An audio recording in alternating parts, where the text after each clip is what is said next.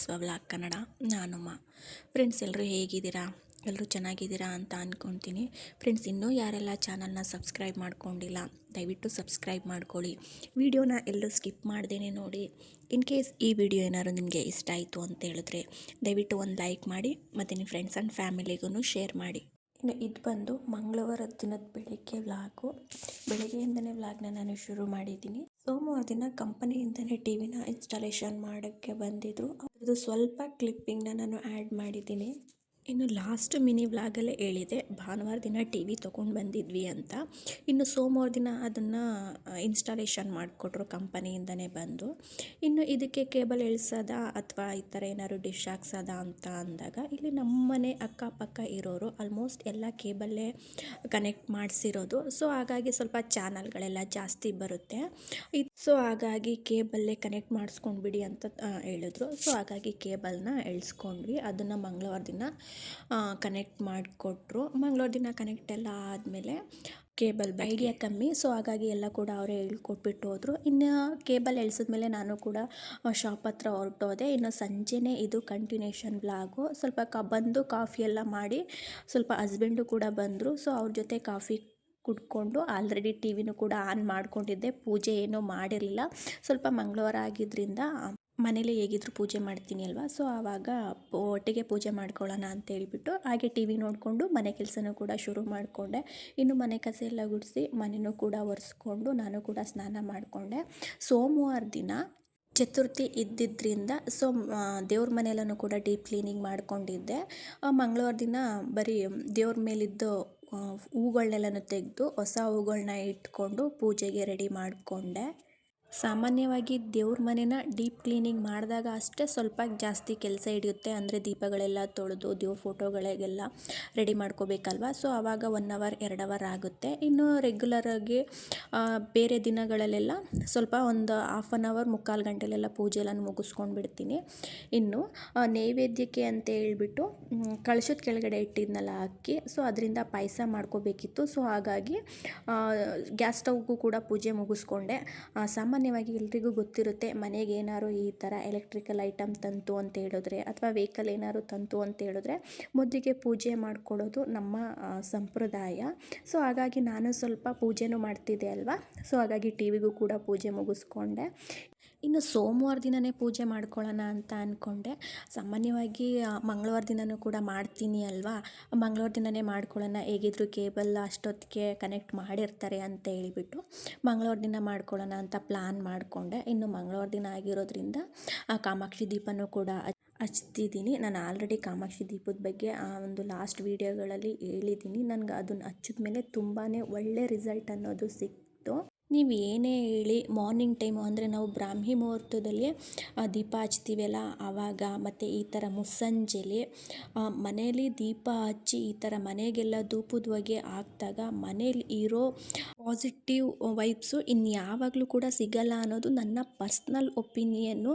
ಆ ಧೂಪದ ಹೊಗೆಯಲ್ಲಿ ಏನೋ ಒಂಥರ ಮನಸ್ಸಿಗೆ ನೆಮ್ಮದಿ ಅನ್ನೋದು ಸಿಕ್ಕುತ್ತೆ. ಸೊ ಹಾಗಾಗಿ ನಾನು ಆಲ್ಮೋಸ್ಟ್ ಈ ಥರ ಗೋಧೂಳಿ ಸಮಯ ಅಂತ ಬರುತ್ತಲ್ಲ ಆವಾಗ ದೀಪ ಹಚ್ಕೊತೀನಿ. ಇಲ್ಲ ಅಂತ ಹೇಳಿದ್ರೆ ಒಂದು ಮಾರ್ನಿಂಗ್ ಟೈಮು 7 ಗಂಟೆ ಒಳಗಡೆ ದೀಪ ಹಚ್ಕೊತೀನಿ. ಆಲ್ಮೋಸ್ಟ್ ಅದಕ್ಕೆ ನಾನು ಪ್ರಿಫರೆನ್ಸ್ ಕೊಡ್ತೀನಿ.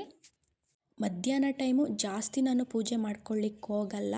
ಇನ್ನು ಪೂಜೆ ಎಲ್ಲ ಆದಮೇಲೆ ಸ್ವಲ್ಪ ತರಕಾರಿಗಳ್ನೂ ಕೂಡ ತಂದಿದೆ ಮತ್ತು ಮನೆಗೆ ಸ್ವಲ್ಪ ಸಾಸಸ್ ಬೇಕಿತ್ತು. ಲಾಸ್ಟ್ ಟೈಮು ನಾನು ಇದನ್ನು ಆನ್ಲೈನಲ್ಲಿ ತರಿಸ್ಕೊಂಡಿದ್ದೆ.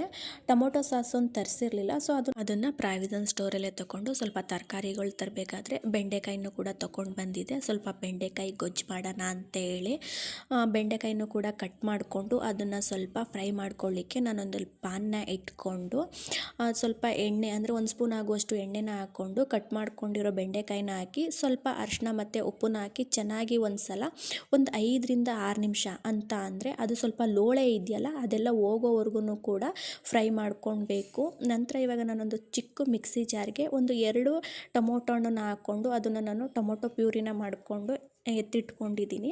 ಅಷ್ಟರಲ್ಲಿ ಇದು ಕೂಡ ಸ್ವಲ್ಪ ಲೋಳೆ ಎಲ್ಲ ಹೋಗಿತ್ತು. ಅದನ್ನು ಒಂದು ಪ್ಲೇಟ್ಗೆ ಎತ್ತಿಟ್ಕೊಂಡು ಅದೇ ಪ್ಯಾನ್ಗೆ 1 ಸ್ಪೂನ್ ಆಗುವಷ್ಟು ಎಣ್ಣೆ ಮತ್ತು ಸ್ವಲ್ಪ ಸಾಸಿವೆ ಮತ್ತು ಜೀರಿಗೆನ ಹಾಕ್ಕೊಂಡು ಕಟ್ ಮಾಡ್ಕೊಂಡಿರೋ ಈರುಳ್ಳಿನ ಹಾಕಿ ಅದು ಸ್ವಲ್ಪ ಹಸಿ ವಾಸನೆ ಹೋದ್ಮೇಲೆ ಸ್ವಲ್ಪ ಕರಿಬೇವಿನ ಸೊಪ್ಪನ್ನ ಹಾಕ್ಕೊಂಡು ನಾನು ಆಲ್ರೆಡಿ ಪ್ಯೂರಿ ಮಾಡ್ಕೊಂಡಿದ್ನಲ್ಲ ಟೊಮೊಟೊ ಅದನ್ನು ಹಾಕಿ ಸ್ವಲ್ಪ ನೀರನ್ನ ಆ್ಯಡ್ ಮಾಡ್ಕೊಂಡಿದ್ದೀನಿ. ನಂತರ ಇದಕ್ಕೆ 1 ಸ್ಪೂನ್ ಆಗುವಷ್ಟು ಧನಿಯಾ ಪೌಡ್ರು, 1 ಸ್ಪೂನ್ ಆಗುವಷ್ಟು ಗರಂ ಮಸಾಲ ಮತ್ತು ಸ್ವಲ್ಪ ರೆಡ್ ಚಿಲ್ಲಿ ಪೌಡ್ರನ್ನ ಹಾಕಿ ಟೊಮೊಟೊ ಪ್ಯೂರಿ ಮತ್ತು ಸ್ಪೈಸಿಸ್ದು ಹಸಿ ವಾಸನೆ ಹೋಗೋವರೆಗೂ ಕೂಡ ಫ್ರೈ ಮಾಡಿಕೊಂಡು ಸ್ವಲ್ಪ ಮೊಸರನ್ನ ನಾನಿಲ್ಲಿ ಆ್ಯಡ್ ಮಾಡಿಕೊಂಡು ರುಚಿಗೆ ತಕ್ಕನಷ್ಟು ಉಪ್ಪನ್ನ ಹಾಕ್ಕೊಂಡಿದ್ದೀನಿ.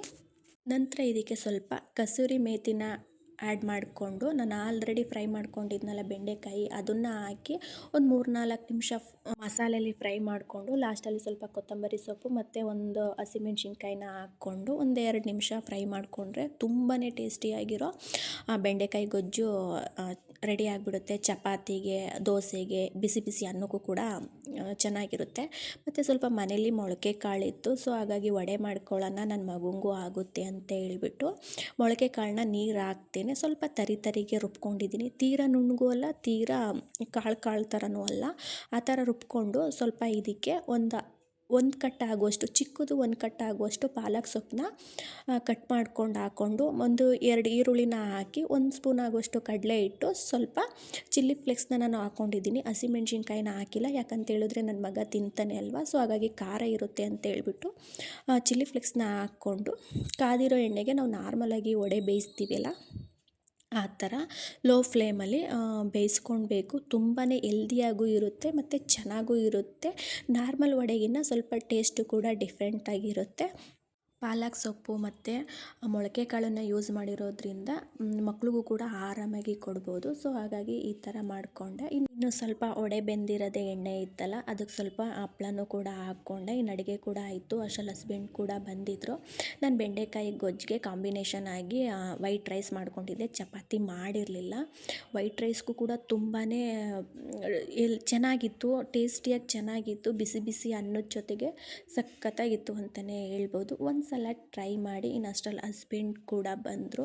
ಇನ್ನು ಕೇಬಲ್ ಕನೆಕ್ಟ್ ಮಾಡಿಸಿದ ದಿನವೇ ನೈಟ್ ಟೈಮು ಅವ್ರಿಗೂ ನನಗೂ ಸ್ವಲ್ಪ ಜಗಳ. ಅವರು ನ್ಯೂಸ್ ಚಾನಲ್ ನೋಡಬೇಕು ಅಂತ, ನಾನು ಬಿಗ್ ಬಾಸ್ ನೋಡಬೇಕು ಅಂತ ಹೇಳಿ, ಸೊ ಹಾಗೆ ಸ್ವಲ್ಪ ಕೋಳಿ ಜಗಳನೂ ಕೂಡ ಆಡಿದ್ವಿ. ನಾನು ಫೈನಲಾಗಿ ಬಿಗ್ ಬಾಸ್ ನೋಡೋವರೆಗೂ ರಿಮೋಟ್ ಕೊಡಲ್ಲ ಅಂತ ಹೇಳ್ಬಿಟ್ಟು ಎತ್ತಿಕೊಂಡೆ. ನಾನೇನಾದರೂ ರೈಸ್ ತರೋಕೆ ಹೋದಾಗ ಅಥವಾ ನೀರು ತರೋಕೆ ಹೋದಾಗ ಏನಾದ್ರು ಅಡುಗೆ ಮನೆ ಒಳಗಡೆ ಹೋಯ್ತು ಅಂತ ಹೇಳಿದ್ರೆ ಸಡನ್ನಾಗಿ ಚಾನಲ್ನೇ ಚೇಂಜ್ ಮಾಡಿಬಿಡ್ತಿದ್ರು. ಸೊ ಅವರು ಹಾಕಿದ ತಕ್ಷಣ ನಾನು ಬಂದು ಬಿಗ್ ಬಾಸ್ನ ಹಾಕ್ಕೊತಿದ್ದೆ. 2-3 ಸಲ ಇದೇ ಥರ ಆಯಿತು. ನಾನು ಬಿಗ್ ಬಾಸ್ ನೋಡೋಕ್ಕೆ, ಅವರು ನ್ಯೂಸ್ ಚಾನಲ್ ನೋಡೋಕ್ಕೆ, ಇದೇ ಥರ ಆಯಿತು. ಅಂತೂ ಇಂತೂ ಟಿ ವಿ ತಂದದ್ದು ಮೊದಲನೇ ದಿನವೇ ಇಬ್ರಿಗೂ ಜಗಳ ಆಯಿತು.